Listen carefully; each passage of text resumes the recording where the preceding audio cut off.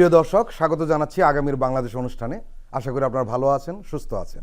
আজকে আমাদের সঙ্গে আলোচনায় রয়েছেন প্রধান উপদেষ্টার প্রেস সেক্রেটারি জনাব শফিকুল আলম। শফিকুল আলম, আপনাকে স্বাগত। Thank you. পালিয়ে গিয়ে দিল্লিতে আশ্রয় নিয়ে হাসিনা এবং তার দোসররা হুমকি দিয়ে যাচ্ছে, পাল্টা আঘাত হানার দুঃসাহস দেখাচ্ছে, পাল্টা আঘাত হানছেও। গাজীপুরের আমরা সেটাই দেখলাম। এর আগে আমরা দেখেছি গোপালগঞ্জে, সিরাজগঞ্জে আমরা একটি ঘটনা দেখেছি যে আওয়ামী লীগের একজন নেতাকে পুলিশের হাত থেকে তারা ছিনিয়ে নিয়ে গেছে। সবাই দীর্ঘদিন ধরে সমালোচনা করছিল যে সরকার কঠোর হচ্ছে না। এই সমালোচনার জবাবই কি Operation Devil Hunt? Operation Devil হান্টের অনেকগুলো কারণ আছে। প্রথম কারণ হচ্ছে যে আমরা দেখছি যে আইন শৃঙ্খলা পরিস্থিতি আমরা আরও বেটার করতে চাই। আমরা মনে করি যে আমরা 6 মাসে যেটা অ্যাচিভ করেছি সেটা মোটামুটি আমাদের স্যাটিসফ্যাক্টরি আমরা বলবো। মানুষ যেভাবে চাচ্ছেন, হয়তোবা তা অনেকের তো অনেক হাই এক্সপেকটেশন, তারা তো দেখেছেন যে আগে কিভাবে ল অ্যান্ড অর্ডার সিচুয়েশন খারাপ হয়েছে। তো সেই অনুযায়ী আমরা বলবো যে আমাদের ল অ্যান্ড অর্ডার সিচুয়েশনটাকে আমরা বেটার করতে চাই। সেই জন্য এটা একটা জিনিস। আর একটা হচ্ছে অবশ্যই যারা পতিত স্বৈরাচারের যারা দোষর, যাদের নামে অভিযোগ আছে, আমরা চাচ্ছি তাদেরকে আইনের আওতায় আনতে। এটার জন্য সারা দেশে যাতে মানুষ ফিল করে যে না, তারা একটা বেটার এবং খুবই পারফেক্ট একটা ল অ্যান্ড অর্ডার সিচুয়েশন। শুধু মানুষ ভাবছিল যে আরো আগে শুরু করলে ভালো হতো। না, আমরা আগেও তো অ্যারেস্ট করি নাই যে তা না, অ্যারেস্ট করছি। তারপরেও কেউ কেউ এখন হয়তো বা মাথাচাড়া দিয়ে ওঠার চিন্তা ভাবনা করছেন। হ্যাঁ, তারা পলিটিক্যাল প্রসেসে না এসে তারা আসলে এখন তাদের অ্যানার্কি করার চেষ্টা, একটা অ্যানার্কি বা একটা ডিস্টাবিলাইজেশনের একটা প্রচেষ্টা নিচ্ছেন। তো আমরা তো কোনোভাবেই বাংলাদেশে আমরা এই ডিস্টাবিলাইজেশন কোনো অ্যাটেম আমরা এটা টলারেট করব না। এটা একদম স্পষ্ট। এবং আমি এখানে আপনাকে একটা তথ্য দিতে পারি। এইটা আমরা অ্যাট দ্য সেম টাইম আজকে 6টায় আমরা একটা কমান্ড সেন্টার একটা চালু করতে যাচ্ছি। এই কমান্ড সেন্টারটা হচ্ছে আপনার সমস্ত বাহিনী যেগুলো আইন শৃঙ্খলার সাথে জড়িত সবাই থাকবে, সাথে আর্ম ফোর্সেস থাকবে মিলে। এটা একটা এই কমান্ড সেন্টার থেকে সব কিছু মনিটর হবে 24/7। কোথায় কি হচ্ছে যাতে কুইক আমরা রেসপন্স করতে পারি, কুইক একটা মনিটরিং করতে পারি কোথায় কি হচ্ছে, যাতে কেউ একটা জানাতে পারেন যে 999-এ ফোন দিলেন বা যে আপনারা এখানে ব্যবস্থা নেন বা এইখানে এই ধরনের অন্যায় বা হচ্ছে, ক্রাইম হচ্ছে। আমরা এই কমান্ড সেন্টারের মাধ্যমে বিভিন্ন ল এনফোর্সিং এজেন্সি তাদের কাজকে খুবই বেটার ওয়েতে আমরা সমন্বয় করব। একটা সংকট অন্য জায়গায় রয়েছে।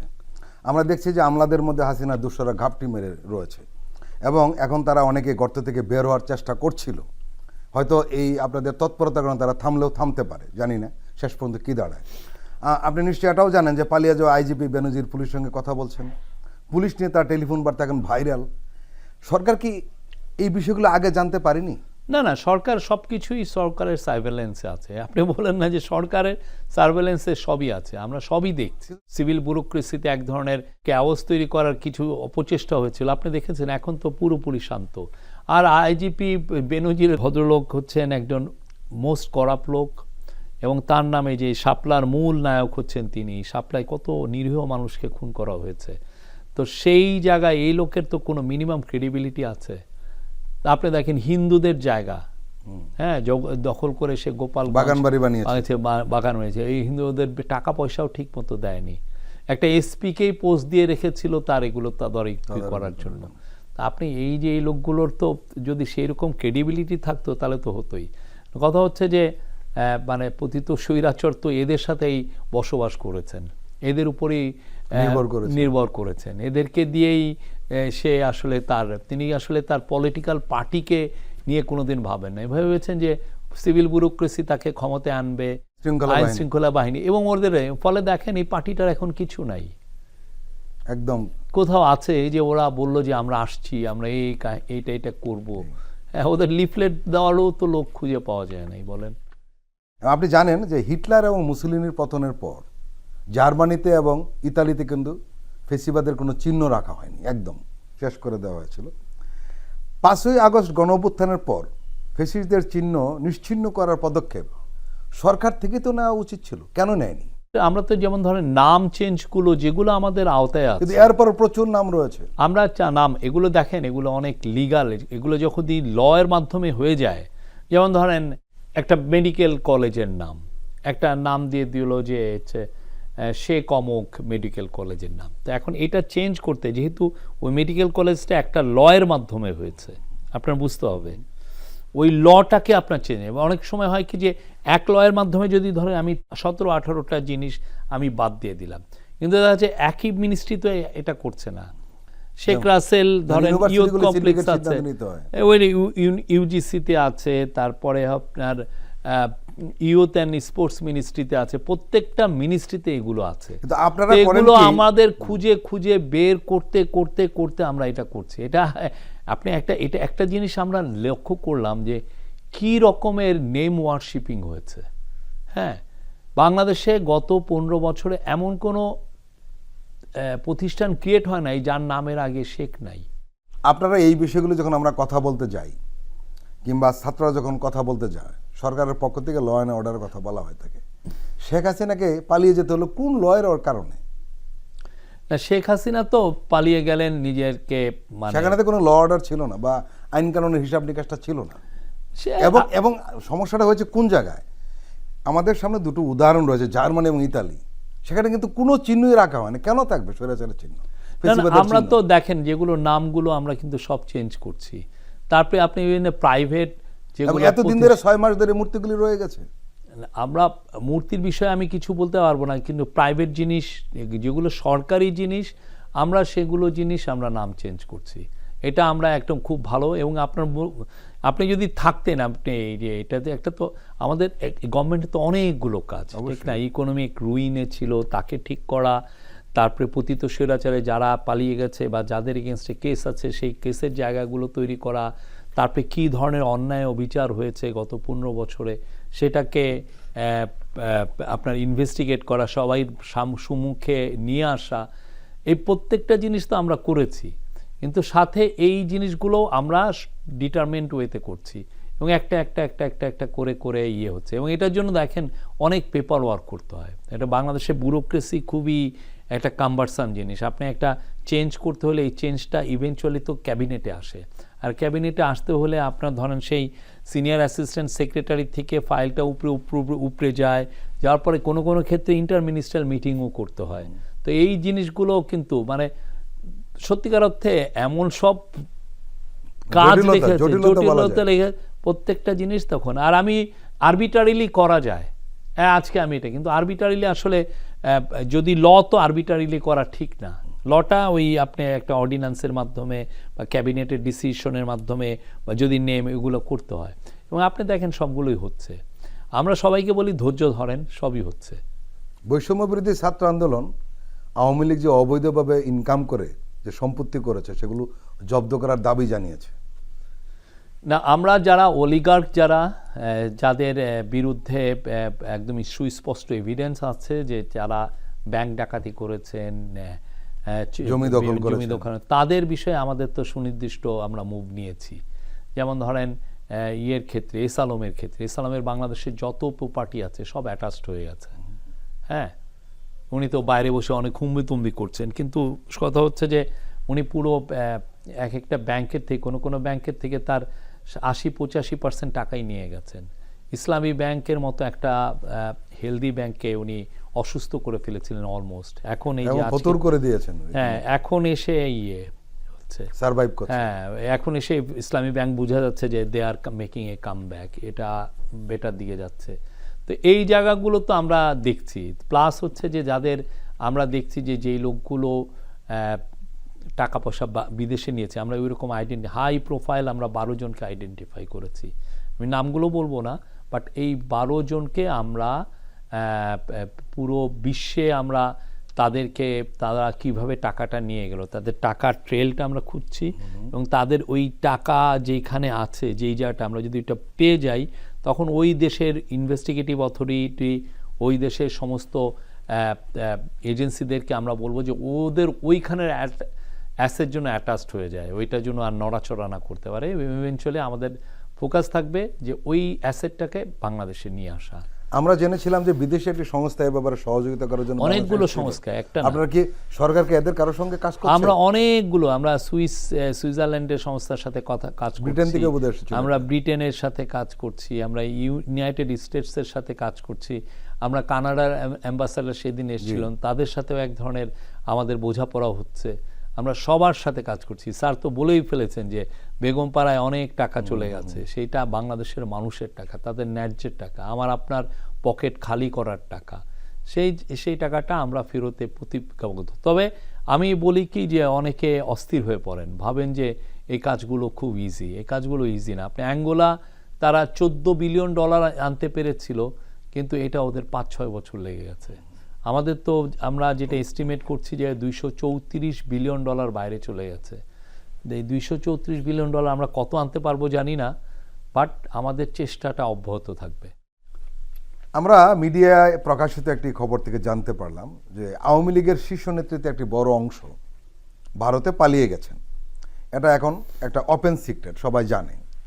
এবং এই যে যারা পালিয়ে গিয়েছেন এর মধ্যে প্রথম সারির বা ক্যাটাগরি 1 নেতাদের অন্তত 200 জন পশ্চিমবঙ্গে রয়েছে। এই শ্রেণীর নেতাদের মধ্যে যেমন আছেন দল এবং সাবেক সরকারের শীর্ষ পদাধিকারী এবং মন্ত্রীরা, তেমনি আছেন প্রায় 200 সাবেক এমপি।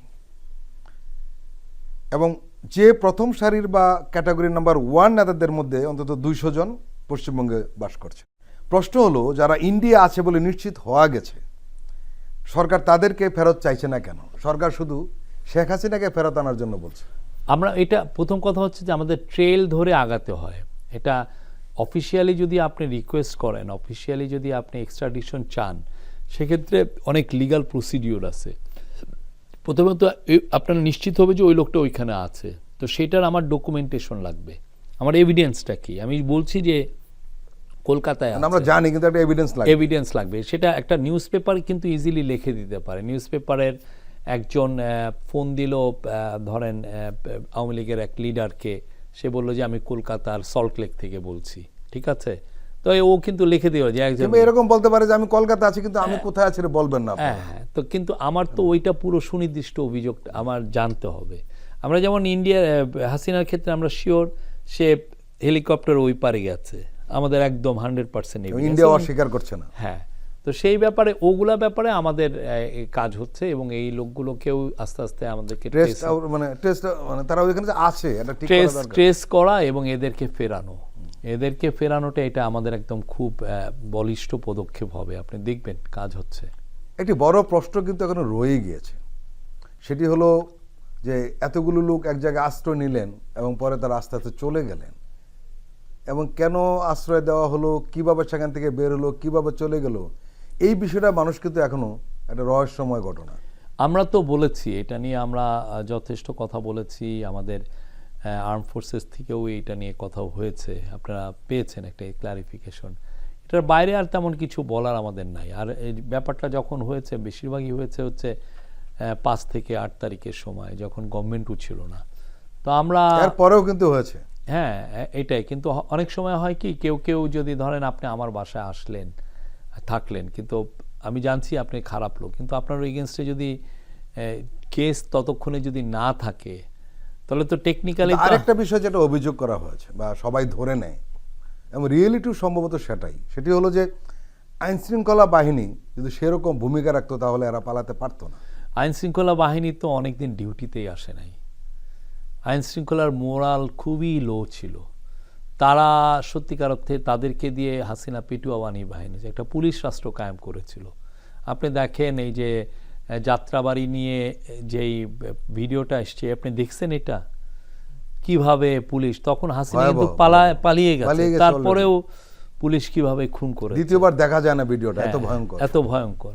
তো এখন এগুলো দেখে তো এরা যেটা হয়েছে যে এরা যখন বুঝে গেছে যে তাদের ক্রাইমটা সবার কাছে পরিষ্কার, তখন এরা পালিয়ে গেছে অনেকে, এদের লিডার। এবং যেটা হচ্ছে যে আওয়ামী লীগের বা ছাত্রলীগের প্রচুর ছেলে মেয়ে এর মধ্যে ঢুকে গেছিল, পুলিশের মধ্যে, তারাও পালিয়েছে। তো আমরা তারপরেও দেখেন এই 6 মাসের মধ্যে আইন শৃঙ্খলা পরিস্থিতি কিন্তু আমরা বেটার জায়গায় নিয়ে আসছি। আমি বলবো যে বেটার, আমরা আপনাদের এক্সপেকটেশনের জায়গায় আনতে পারি নাই, বাট বেটার জায়গায় আসছে। কিন্তু ওই বিষয়টা সত্যিকার অর্থে এটা কিন্তু আমাদেরকেও এটা, কারণ এদেরকে ধরা দরকার ছিল, বিকজ এদের হাতে রক্ত, অনেকের হাতে রক্ত, এবং এদের অনেকে অনেক বড় রকমের ক্রাইম করেছেন, চুরিচামারিতে ছিলেন, দেশের সম্পদ লুণ্ঠনে ছিলেন। তো এদেরকে তো ধরাটা আমাদের, আমরা এটা নিয়ে আমরা অনেক চেষ্টা করছি। কোথাও যদি থাকে, এখন আজকেও আপনি ধরেন ইকোনমিক মিটিং হয়েছে, সেখানে প্রফেসর ইউনূস বলেছেন যে যারা যারা চুরি করলো, দেশটাকে একদম ইকোনমিকে ফোকলা করলো, এদেরকে তো অ্যারেস্ট করা উচিত। যাদের এগেন্সে সুনির্দিষ্ট অভিযোগ আছে, অবশ্যই এদেরকে অ্যারেস্ট করা উচিত, এবং সেই অনুযায়ী কাজ হচ্ছে। এবং সামনে এটা নিয়ে একটা বড় সমন্বয় মিটিংও হবে, হয়ে আমরা আশা করছি যে এটা আরও এক্সপেডাইটেড হবে আমাদের এফার্টটা। প্রিয় দর্শক, আমরা এখন একটু বিরতি নিচ্ছি, আপনারা আমাদের সঙ্গেই থাকুন।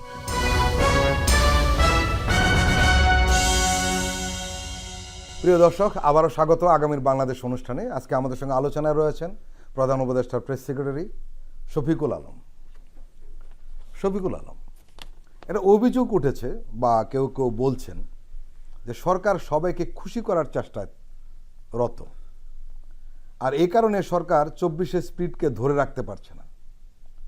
সরকারের ম্যান্ডেট যত শক্তিশালী, তার কার্যক্রম তত শক্তিশালী নয়। এটা হচ্ছে যে মানুষের পারসেপশনের প্রবলেম। এবং এটা কারা করছে? যারা এই সরকারকে সমর্থন করছে। না না, এটা এটা এটা হচ্ছে যে একটা যে কোনো পোস্ট রেভলিউশনারি গভর্নমেন্টের কাছে বিগেস্ট চ্যালেঞ্জ হচ্ছে এক্সপেকটেশন ম্যানেজ করা। রাইট। সবাই এক্সপেকটেশন হচ্ছে অনেক হাই, আকাশচুম্বী। তারা মনে করেন যে ল অ্যান্ড অর্ডার সিচুয়েশন খুব ভালো হয়ে যাবে, তারা মনে করেন ইকোনমি খুব ভালো হয়ে যাবে, তারা মনে করেন যে খুব দ্রুত জব তৈরি হবে, তারা মনে করেন যে ঢাকায় যে ট্রাফিকের যে সমস্যাগুলো হচ্ছে সেটা থাকবে না। সবগুলো তারা অনেকে সাজেশনও দিচ্ছেন, রিকমেন্ডেশন আমাদের সামনে দিচ্ছেন যে এইভাবে করলে জিনিসগুলো বেটার হবে। আমাদের হাতে তো মানে যেটা দিয়ে আমরা কাজগুলো করব সেই জিনিসগুলো তো না, উইপেন্সগুলো নাই। আপনি আমাকে বলছেন যে অনেক জব তৈরি করতে, আপনি সরকারি চাকরিজীবীদের দেখেন বেতন খুবই কম বেতন পান। এটা পুরো সাউথ এশিয়ায় সবচাইতে কম। হ্যাঁ, অথচ আমাদের ইকোনমি তো খারাপ হওয়ার কথা না। হ্যাঁ, তো সেই জায়গায় দেখেন আমরা চেষ্টা করছি তাদের সব জন্য। তো সবার এক্সপেকটেশনটা যেই জায়গায়, সেটাকে আমরা নিতে আমাদের যেই পরিমাণ যেই ইকোনমিক রিকভারি দরকার, সেই রিকভারি তো আমরা করার চেষ্টা করছি। আমি ইকোনমির, আপনি ধরেন আগে আপনার মনে আছে, আপনারা যে আমরা যখন ছোটোবেলায় বড় হয়েছি, তখন আমার আব্বা বলতো যে এবছর যদি একটু ভালো বোনাস পাই, তোদেরকে এবার জুতা দিব, এবার ভালো একটা জুতো আমার দরকার, এইবারের ঈদে তুই একটা জুতা পাবি। হ্যাঁ, সে অবস্থা আর কি। আমাদের অবস্থা হচ্ছে যে আমার তো ইকোনমির অবস্থা একদম ফোকলা রেখে গেছে, কিচ্ছু ছিল না। আমরা আপনার রেভিনিউ যেটা, এটা মাইনাসে ছিলাম, আমরা ঋণ করে গভর্নমেন্ট চলতেছিল।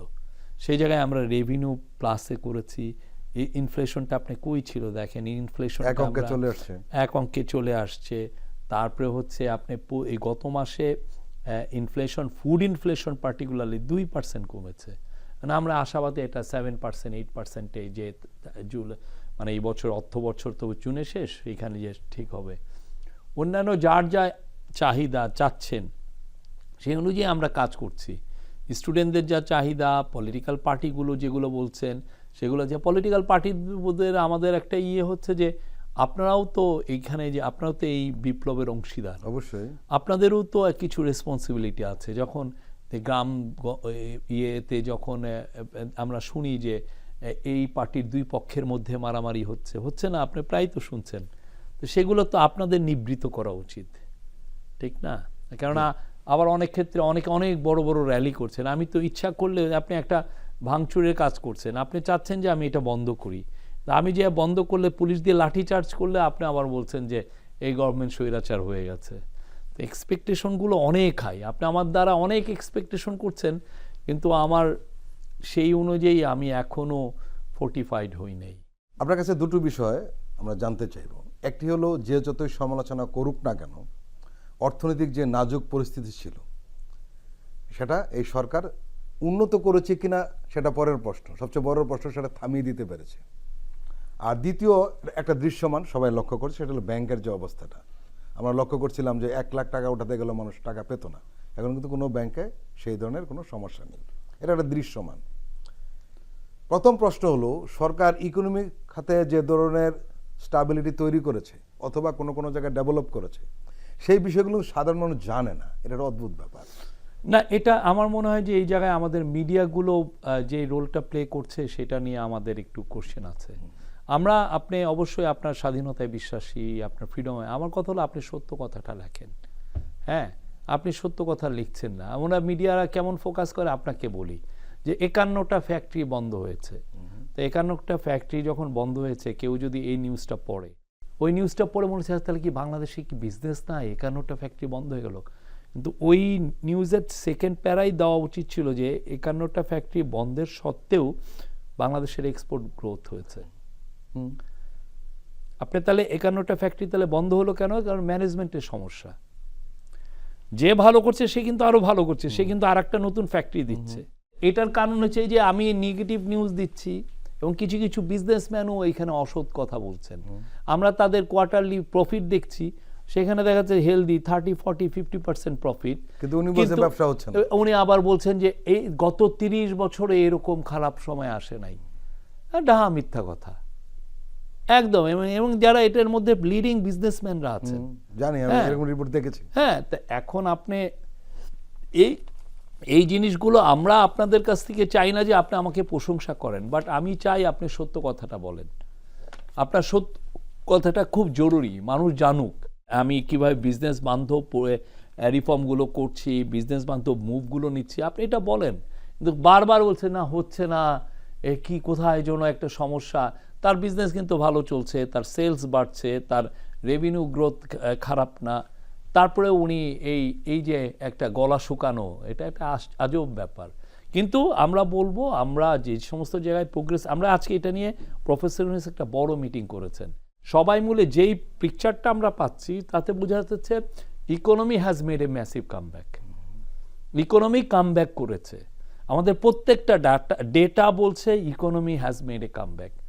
ইনফ্লেশন কমে আসছে, এক্সপোর্টের গত 7 মাসে গ্রোথ 10%-এর মতো, এবং আপনি ব্যালেন্স অফ পেমেন্ট এই 3 বছরের মধ্যে এই প্রথমবারের মতো ব্যালেন্স অফ পেমেন্ট আমাদের পজিটিভ, এটা নেগেটিভের নাই আমাদের প্রত্যেকটা। এবং আরেকটা হচ্ছে যে পলিসি রেটের বিষয়, আমাদের তো অ্যাগ্রেসিভলি ইনফ্লেশন রেট কমব্যাট করার জন্য আমরা ইন্টারেস্ট রেটটা হাই করেছি। ইন্টারেস্ট রেট হাই করার মূল হচ্ছে বাজার থেকে মানিটাকে স্কুইজ করা, ঠিক আছে? সেটা করতে করতে এটা আমরা 10%-এ এনেছি, এবং এখন দেখা যাচ্ছে যে রেজাল্ট হচ্ছে, এবং পলিসি রেটও দেখা যাচ্ছে যে পজিটিভ টেরিটরিতে আছে। আমরা তো প্রত্যেকটা ডেটা দিচ্ছি, আপনি আমাদের ডেটা দেখে বলেন যে আমরা খারাপ আছি কিনা। এবং ইম্পোর্ট আপনি দেখেন বেটার অবস্থা। এবং আরেকটা বড় কথা ছিল যে কিছু কিছু প্রাইভেট কোম্পানিগুলোর, হ্যাঁ, যাদের সাথে আমাদের বিজনেস আছে, যেমন আদানির থেকে আমি বিদ্যুৎ কিনছি, বা শেভরনের থেকে আমি গ্যাস কিনছি, যারা বাংলাদেশে আমাদের সাথে বিজনেস করেন, তাদের কিন্তু বিশাল একটা আউটস্ট্যান্ডিং আপনার লোন ছিল, তাদের টাকাই দেওয়া হয় নাই, 2-3 বছর ধরে টাকাই দেওয়া হয় নাই। আমরা কিন্তু তাদের সবার টাকা ক্লিয়ার করছি, তেমন কিন্তু কমপ্লেন আপনি শুনছেন না, ঠিক না? অনেকে ধরে নিয়েছিল আদানির বিদ্যুৎ বন্ধ হয়ে যাবে। হ্যাঁ, তারপরে দেখেন এরপরে এসে এখন আপনি আমাদের দেখেন, রিজার্ভ দেখেন, তারপরে যদি গ্রস হিসাব করেন রিজার্ভ ইজ অ্যারাউন্ড 26, বা যদি আপনি IMF এরটা যেটা করে which is $20 billion, that is আমার 3.5 মাসে কিন্তু স্ট্যান্ডার্ড, বাট এটা আরো আমরা চাই যে আরো একটু বেটার জায়গা, এবং আমরা আশাবাদী এটা যাবে, এবং ইনফ্লেশনও 7%-এ আসবে। তাহলে আপনি আমার বলেন ইকোনমির অবস্থা খারাপ, এই যে এনারা যে বলেন যে বাংলাদেশের অবস্থা মতো হয়ে যাবে, কত কিছু বলেন, গল্প, এগুলো হলো গল্প। হ্যাঁ, এবং ওনারা গলা শুকান আবার। কিন্তু আপনি যেহেতু আপনি এখন এটা শুনছেন, আমাদের রিকোয়েস্ট হবে যে ওনাদের বছর শেষে ওনাদের টার্নওভার কত হলো এটা একটু দেখেন। আপনি নিশ্চয়ই জানেন যে হিটলারের পতনের পর নাৎসিবাদের সমর্থক বলে পরিচিত কোনো মিডিয়া কিন্তু আর রাখা হয়নি, কারণ সেগুলো ছিল নাৎসিবাদের প্রতীক বা চিহ্ন হিসেবে ধরে নেওয়া হতো। আপনারা শুরু থেকে মিডিয়ার ব্যাপারে একটা উদারতা দেখিয়েছেন, বিশেষ করে প্রধান উপদেষ্টা প্রফেসর ইউনূস কিন্তু বলেছেন আমার সমালোচনা যত হোক আমরা সেখান থেকে শিক্ষা নিব। এবং আমরা এটাও দেখেছি, কোনো ফেসিস্ট মিডিয়ার ব্যাপারে কেউ যখন কথা বলেছিল আপনারা রীতিমতো ব্যাপকভাবে প্রতিক্রিয়া দেখিয়েছেন। সেই মিডিয়ার পক্ষে। কিন্তু প্রশ্ন হলো, এতে কি 24-এর যে আকাঙ্ক্ষা বাস্তবায়ন, তাতে কোনো লাভ হয়েছে? না, আপনার বুঝতে হবে যে আমরা একটা ইন্টার কানেক্টেড ওয়ার্ল্ডে আছি। আপনি এখানে একটা মিডিয়া আমি বন্ধ হয়ে যাওয়া ইট সেন্সে বাজে সিগন্যাল, বাইরে বাজে সিগন্যাল দেয়। তাতে আমাদের যে 24-এ যে মহৎ একটা আন্দোলন হলো, গণ অভ্যুত্থান হলো, তাকে বাজে বিদেশে পোট্রে হয় যে এইটা আসলে খুবই একটা ন্যারো মাইন্ডেড একটা আন্দোলন, সেখানে আসলে যেগুলো ক্রিটিক্যাল মিডিয়া তার কোনো স্থান এরা রাখতে চাচ্ছে না, এরকম একটা ইমপ্রেশন যেতে। আমরা জানি গত 15 বছরে হাসিনার সময়ের 15 বছরে কার কী রোল আমাদের কিন্তু মুখস্থ, আমরা জানি কে কি করেছে। এটা নিয়ে বিস্তর গবেষণাও হওয়া উচিত আমার মনে হয়। কিন্তু এখন আপনি যদি বন্ধ করতে যান তাহলে হয় কি, এটা ইট ক্রিয়েটস মোর প্রবলেম, বরঞ্চ আমাদের মধ্যে যে সবাই আপনারা বলেন যে কোথায় কোথায় তাদের ফেইলিউর ছিল, কিভাবে তারা মানুষের জনগণের অধিকারগুলো খর্ব করার ব্যাপারে সাহায্য করেছে হাসিনাকে। হাসিনার বয়ানটা কিভাবে, চুরির যে একটা বয়ান, হ্যাঁ, যে আমি এই করছি। আপনি দেখেন না, ইসলামী ব্যাংক যখন ক্যাপচার করার আগে কিছু কিছু মিডিয়া কিন্তু বয়ান তো হয়েছে যে ইসলামী ব্যাংকের মাধ্যমে টেরর ফিনান্সিং হয়। তো ওরা কি একটা এভিডেন্স আনতে পেরেছে? তো এই বয়ানটা কেন তৈরি করছে? এটা কিছু কিছু মিডিয়া এই জন্য তৈরি করছে যে আপনি তাহলে গাউনটা তৈরি করে দিলেন, তার ওইটাকে দখলের, দখল করে কার টাকাটা দখল করলো, দিয়ে কি করলো, এস আলম 1,25,000 কোটি টাকা ব্যাংকিং সিস্টেম থেকেই নিয়ে গেছে। ঠিক না? 1,25,000 কোটি টাকা চিন্তা করা যায়। আপনি একটা মানুষের 1 কোটি টাকা থাকলে সারা জীবন পার করে দেওয়া যায়। তো সেই জায়গায় এই মিডিয়ার রোলগুলো এটা ছিল। বাট আমাদের পলিসি ছিল যে যেহেতু আমরা একটা ইন্টার কানেক্টেড ওয়ার্ল্ডে আছি, আমাদের প্রতিটা মুভ, প্রতিটা ডিসিশন বিদেশে মনিটর হচ্ছে, তো আমাদের এক্সপেকটেশন হচ্ছে যে যেই মিডিয়াগুলো আছে থাকুক, কিন্তু আমরা আশা করি যে তারা প্রো পিপল হবে, মানুষের কথা বলে। আমাদের কথা বলার দরকার নাই, আমরা চাই আপনারা মানুষের কথা বলেন। আপনি গত 15 বছরে যে ভুলগুলো করেছেন সেখান থেকে আপনি শিক্ষা নেন। এবং এতে আরেকটা লাভও আছে যে অনেকের জবগুলো তো জড়িত ছিল, একটা দুইটা তো জব না, তো এই জবগুলো যাতে নষ্ট না হয়। আমি এই মিডিয়া এটা একটা বন্ধ করে দিলে, দেখা একটা টিভি স্টেশন আমি বন্ধ করে দিলে হয় কি যে ধরেন 1000 লোক বা 500 লোকের জব চলে গেল, মানে সবাই তো আর পতিত স্বৈরাচারের দোষর ছিল না, ঠিক না? তো সেগুলো আমাদের লক্ষ্য করছে। আমরা যতটা মানবিক হওয়া যায় সেটা আমরা করেছি। এবং আপনি দেখেন কিছু কিছু মিডিয়া দে হ্যাভ চেঞ্জ, তারা ভালো রোল প্লে করছে। আপনি শনিবার প্রেস ক্লাবে একটা অনুষ্ঠানে বক্তব্য রেখেছিলেন, এবং আপনার সেই বক্তব্য বিশেষ করে সোশ্যাল মিডিয়ায় ব্যাপকভাবে প্রচার হয়েছে, এবং সেই বক্তব্যটা খুব গঠনমূলক ছিল। আপনি বলেছেন যে অন্তর্বর্তী সরকারের প্রধান উপদেষ্টা অধ্যাপক ডক্টর মোহাম্মদ ইউনূসের বিরুদ্ধে জুলাই গণ অভ্যুত্থানের ক্ষমতাচ্যুত আওয়ামী লীগ, ভারতের মিডিয়া। আপনি আরও বলেছেন যে আওয়ামী লীগ এবং পতিত স্বৈরাচার, চোরতন্ত্রের জননী ও গুমের জননী চাচ্ছেন বাংলাদেশের নেগেটিভকে চ্যালেঞ্জ করতে। তারা বলছেন 3000 পুলিশ মারা গেছে, তাদের ওয়েবসাইটে অধ্যাপক ইউনূসকে জঙ্গিদের নেতা হিসেবে তুলে ধরা হয়েছে। এটা খুবই পরিকল্পিত অপপ্রচার, এর সঙ্গে ভারতীয় মিডিয়াও জড়িত। এর পেছনে হাসিনার অলিগারেরা $1 মিলিয়ন খরচ করছে। শেখ হাসিনা ও তার সহযোগীরা ইতিহাসকে উল্টে দিতে চায়। আপনি আরও বলছেন যে তারা জুলাই বিপ্লবের উল্টা বয়ান তৈরিতে ব্যস্ত, তাই এখন আমাদের মূল কাজ হলো জুলাই বিপ্লবের প্রত্যেকটি ঘটনাকে লিপিবদ্ধ করা। আপনার কাছে আমরা জানতে চাইব যে আমরা দেখছি যে ভারতীয় মিডিয়া যেভাবে অন্তর্বর্তীকালীন সরকারের বিরুদ্ধে উঠে পড়ে লেগেছে, মিথ্যা বয়ান তৈরি করছে, তা প্রতিহত করতে অথবা তার বিরুদ্ধে অথবা সত্য প্রকাশ করতে আমাদের মিডিয়া আসলে কি করছে? আমরা দেখছি আপনি যা বলেন, আপনারা যা বলছেন সরকারের পক্ষ থেকে এই মিডিয়া রিলেটেড বিষয়, আমাদের দেশের মিডিয়াগুলো সেই বক্তব্যটি প্রকাশ করে দায়িত্ব শেষ করছে। প্রফেসর ইউনূস সরকারকে ব্যর্থ প্রতিমান করতে প্রতিদিন কিন্তু নানান ধরনের প্রতিবেদন তারা প্রকাশ করছে, যেটা আপনি কিছুক্ষণ আগে আলাপ করলেন যে অর্থনীতি বিষয়ে যে ধরনের কথা বলতে, মানে তারা যে ধরনের প্রতিবেদন তৈরি করছে বাস্তবতা অন্যরকম। এই ক্ষেত্রে কিন্তু এই যে প্রফেসর ইউনূসকে ব্যর্থ বলে প্রমাণ করা সরাসরি বলছে না, কিন্তু কিছু ঘটনা তারা তুলে ধরার চেষ্টা করছে যে এই কারণে সরকার ব্যর্থ। এই ক্ষেত্রে দিল্লি, হাসিনা এবং এসব মিডিয়ার ভূমিকা কিন্তু এক বিদ্যুতে মিলিত হয়ে যায়। আমরা দেখছি যে ভারতীয় মিডিয়া এই অপপ্রচারে সম্পৃক্ত, অনেক ডিসইনফরমেশন ছড়াচ্ছেন, এবং এই ভারতীয় মিডিয়ার রোলটা আমাদের ডিপ্লোম্যাটিক যখন কথাবার্তা হয়েছে সেখানেও এটা ডিসকাস হয়েছে। তো আমরা ইন্ডিয়ার যে ডিসইনফরমেশন, এটা আমাদের সবার, পুরো বাংলাদেশের সমস্ত বড় বড় মিডিয়া, ছোট মিডিয়া, যাই হোক না, সবার এটা একটা, আমি বলবো যে এটা বড় রকমের দায়িত্ব এটাকে কমব্যাট করা।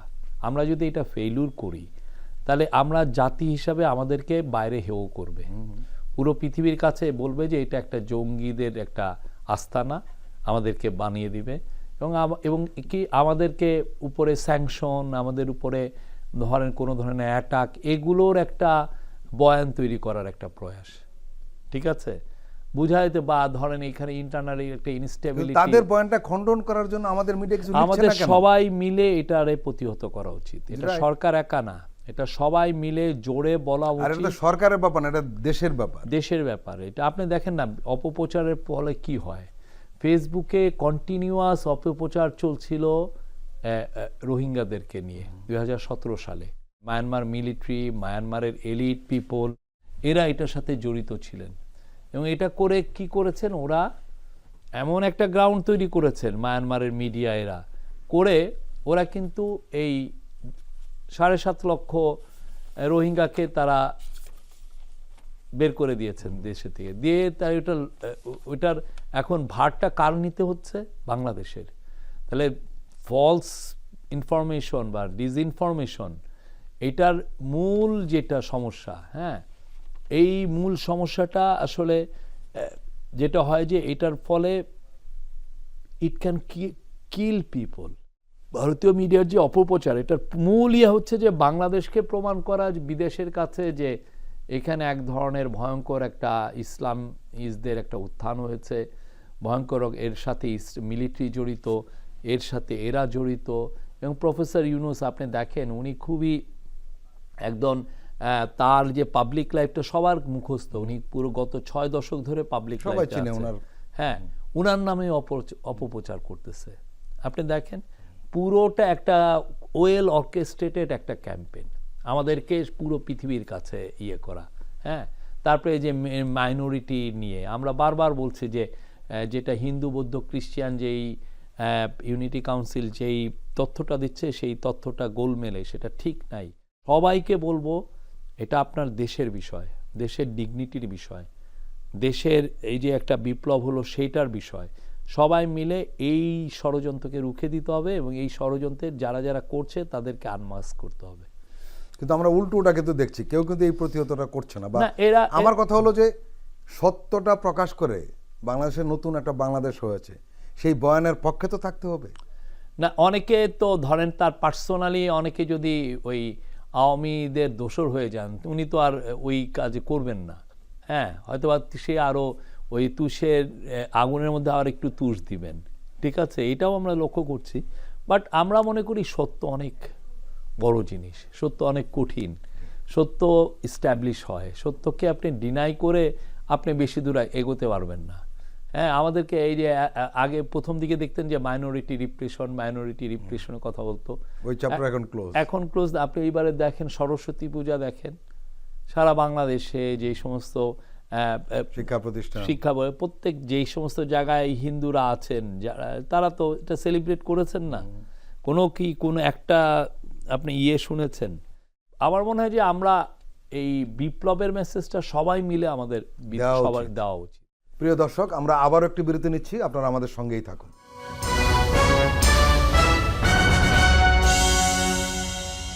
আবারও স্বাগত আগামীর বাংলাদেশ অনুষ্ঠানে। আজকে আমাদের সঙ্গে অতিথি হিসেবে রয়েছেন শফিকুল আলম, প্রধান উপদেষ্টার প্রেস সেক্রেটারি। তথ্য উপদেষ্টা নাহিদ ইসলাম এটি কথা বলেছেন যে সংহতির অভাব সংস্কারের জন্য গুরুত্বপূর্ণ চ্যালেঞ্জ, এবং আমরা কেউ আশঙ্কা প্রকাশ করছে যে এই নানান ঘটনার কারণে আবার সংস্কার পিছিয়ে না যায়। না, আমরা মনে করি না সংস্কারটা পেছাবে, বাট একটা জিনিস হচ্ছে সংস্কার কতটুক হবে সেটা নিয়ে একটা আছে। এটা কি সংস্কার বেশি হবে না কম হবে, যেই পরিমাণ মানুষের এক্সপেকটেশন সেই অনুযায়ী হবে, নাকি এটা রাজনৈতিক দল যেটা চায় সেটা হবে? এটা রাজনৈতিক দলও তো সবাই একই চিন্তা করছে না, কেউ বেশি চাচ্ছে, কেউ কম চাচ্ছে, সেটাও একটা বিষয়। তা আর সংহতির যেটা উনি বললেন, আমার মনে হয় যে যখন আমাদের কনসেনসাস কমিশন কাজ করা শুরু করবে এই মাসের 15 তারিখ থেকে তারা প্রথম মিটিংটা, তখন আমার মনে হয় যে এটা আমরা দেখব আমরা সবাই মিলে, কেননা এটা তো আমাদের ভবিষ্যতের বিষয়।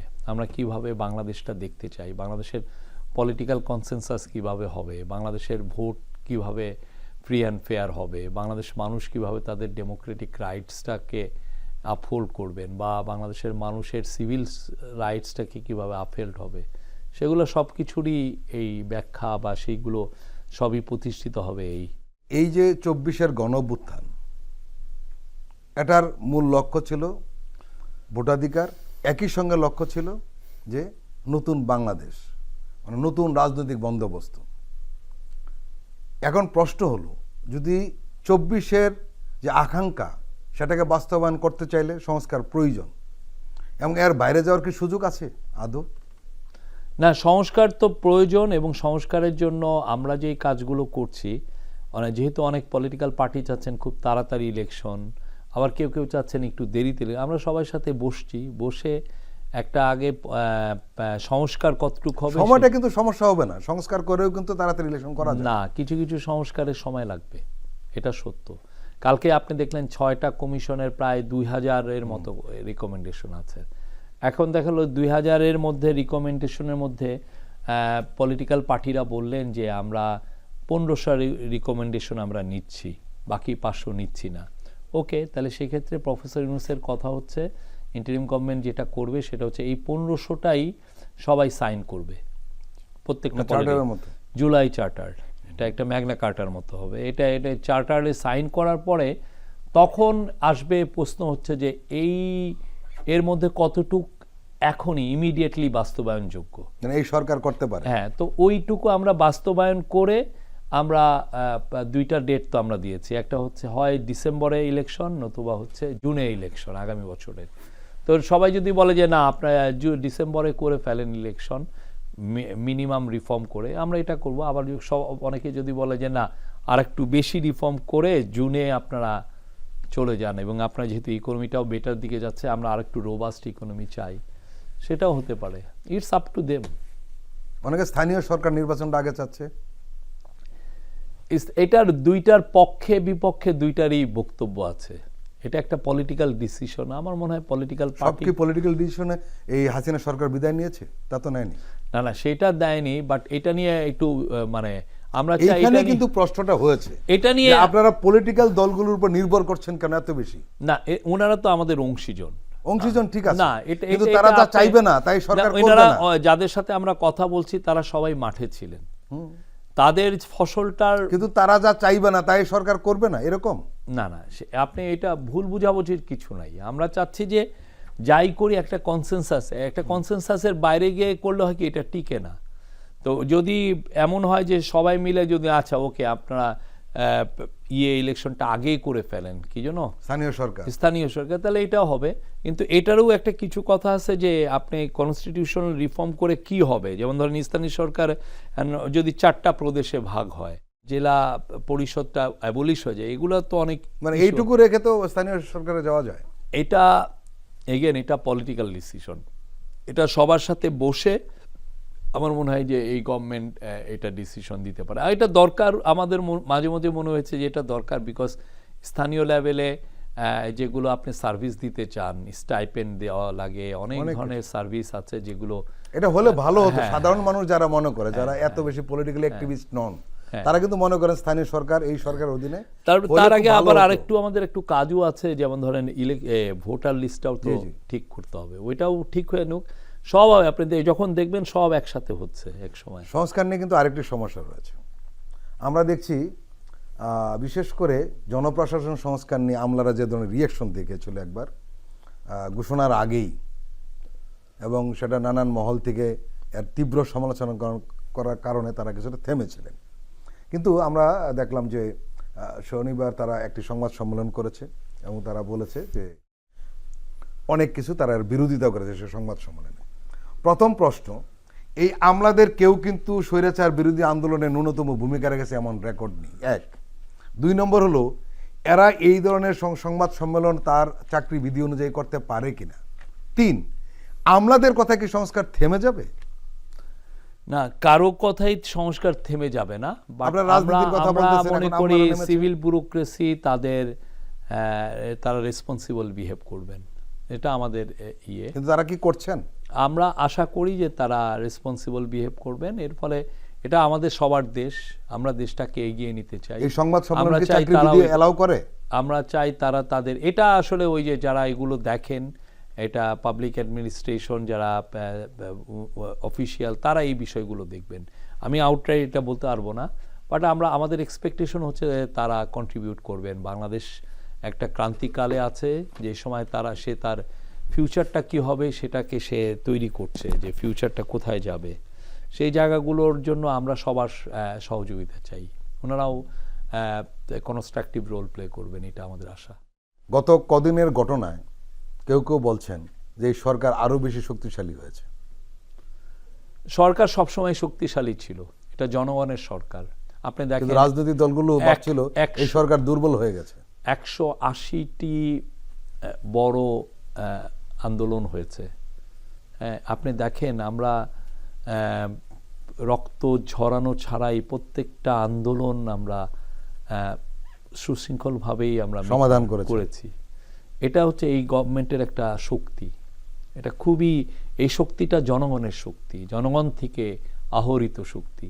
তা আমরা মনে করছি যে বাংলাদেশ যে রাইট ট্র্যাকে আছে সেটার একটা আমরা 6 মাসে আমাদের অবস্থা দেখেন, উই হ্যাভ ডান গুড। মানে এটা যেই অবস্থায় আমরা পড়েছিলাম, যে অবস্থায় এই দেশ চলে গিয়েছিল ভয়াবহ, আমরা এসে যে এই অবস্থা পেয়েছি, সেই জায়গায় যে দেশটা যে ঘুরে দাঁড়িয়েছে, এবং সামনে সামনে আরো একটা বিষয় বোধহয় আমরা আশাবাদ ব্যক্ত করতে পারি। হ্যাঁ, সেটি হলো যে যত ধরনের বিরোধী আমরা দেখছি না কেন রাজনৈতিক দলগুলোর মধ্যে, বা কেউ কেউ সরকারের সমালোচনা করে বলছে সরকার খানিকটা দুর্বল, যাই বলুক না কেন, আমরা লক্ষ্য করলাম যে স্বৈরাচারের বিরুদ্ধে বা পতিত এই ফ্যাসিস্টের বিরুদ্ধে যখন প্রয়োজন হয় তখন কিন্তু সবাই মাঠে নেমে পড়ছে। না, এটা এই চেতনাটা, এই আকাঙ্ক্ষাটা কিন্তু থামে নাই। এটা থামার মূল কারণ একটা হচ্ছে পতিত স্বৈরাচার কি ধরনের কিলিং করেছে, এবং তাদের সমস্ত ক্রাইমগুলো তো এখন আমরা জানছি। আগে আমরা জানতাম কি যে 600 থেকে 700 লোক গুম হয়েছে, এখন আমরা পাচ্ছি ফিগার যে 350, ভাবা যায় 3,500, ভাবাই জানে 3,500, এবং বাচ্চা আমরা আমাদের ধারণা করতাম না। বাচ্চা ছেলে মেয়েরাও হয়েছে যাদেরকে দুধও দেওয়া হয় নাই খাওয়ার জন্য। আমরা জানতাম চুরি চামারি করছেন, কিন্তু কি স্কেলে চুরি চামারি করছেন এটা আমরা জানতাম। কল্পনাকে ছাড়িয়ে গেছে, কল্পনাকে ছাড়িয়েছে। $234 বিলিয়ন বাইরে চলে গেছে, পুরো ব্যাংক ব্যবস্থাকে ক্রিপল করে চলে গেছে। একটা গ্রুপ একাই 1,25,000 কোটি টাকা, লন্ডনের মন্ত্রী পর্যন্ত এর সঙ্গে জড়িত। তাহলে এই যে পুরো যে মানে যা ক্রাইম, সেগুলো তো সবার সামনে আসছে, ঠিক না? ফলে মানুষ দেখতেছে মানুষ তো দেখতেছে যে আমরা কি কাজগুলো করছি। মানুষের যে এক্সপেকটেশন, আমি বলবো তো আমাদের বিগেস্ট চ্যালেঞ্জ ছিল মানুষের এক্সপেকটেশনকে মিট করা। বাট ওভারঅল আমরা মনে করি যে সবাইকে জানাচ্ছি কি হয়েছিল, কি ভয় রকমের একটা চোরতন্ত্র ছিল, সেগুলো যখন জানছেন এবং এই কাজগুলো তারা অ্যাপ্রিসিয়েট করছেন, তারা এই গভর্নমেন্টকে আরও শক্তিশালী করছেন তাদের সাপোর্ট দিয়ে। শফিকুল আলম, আপনি আমাদের দীর্ঘ সময় দিলেন, আপনাকে আন্তরিক ধন্যবাদ।